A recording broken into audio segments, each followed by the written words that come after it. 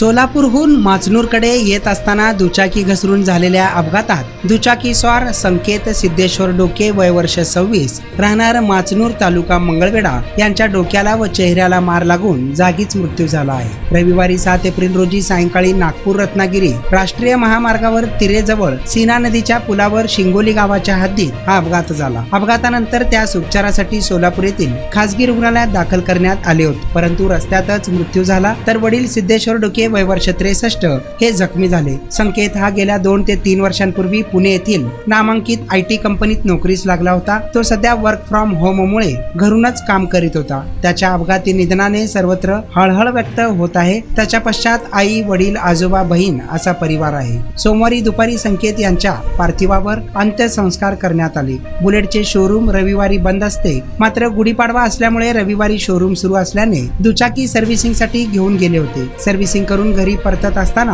ही दुर्दैवी घटना घडली। रस्ता दुभाजकामधील पोलला धडक बसल्याने डोक्याला जबर मार लागून हा मृत्यू झाला आहे। पाठीमागे बसलेले पत्रकार सिद्धेश्वर डोके हे झाडाजवळ पडल्याने त्यांना किरकोळ दुखापत झाली होती।